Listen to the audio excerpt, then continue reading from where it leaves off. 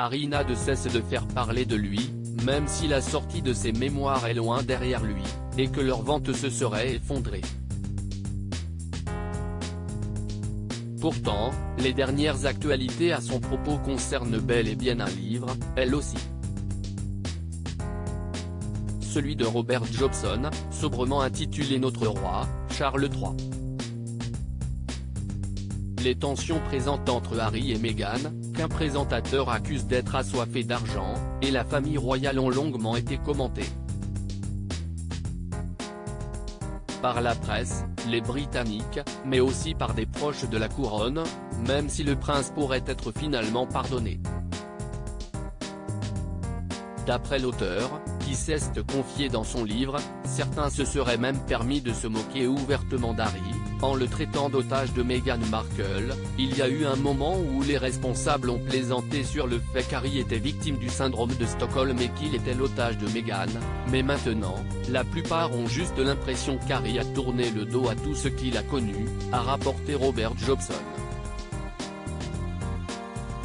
Harry, même la reine Elisabeth II s'était lassée de son comportement. Toujours d'après l'auteur, Harry n'avait plus trop de personnes de son côté, dans la famille royale, avant son départ pour les États-Unis.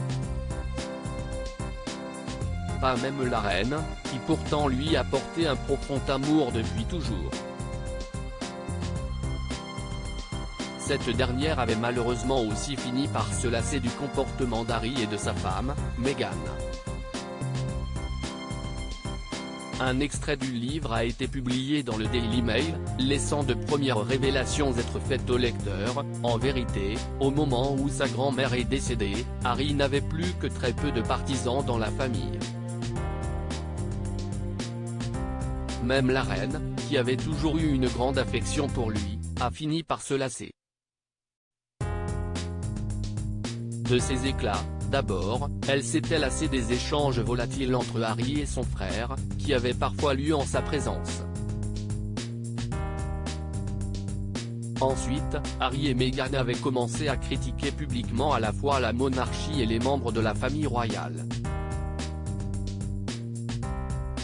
À ce moment-là, la reine a été franchement mystifiée par le comportement du couple, le décrivant comme assez fou. Elle en est venue à croire, cependant, que son petit-fils était tellement consommé par son amour pour sa femme que cela obscurcissait son jugement, dévoile le livre.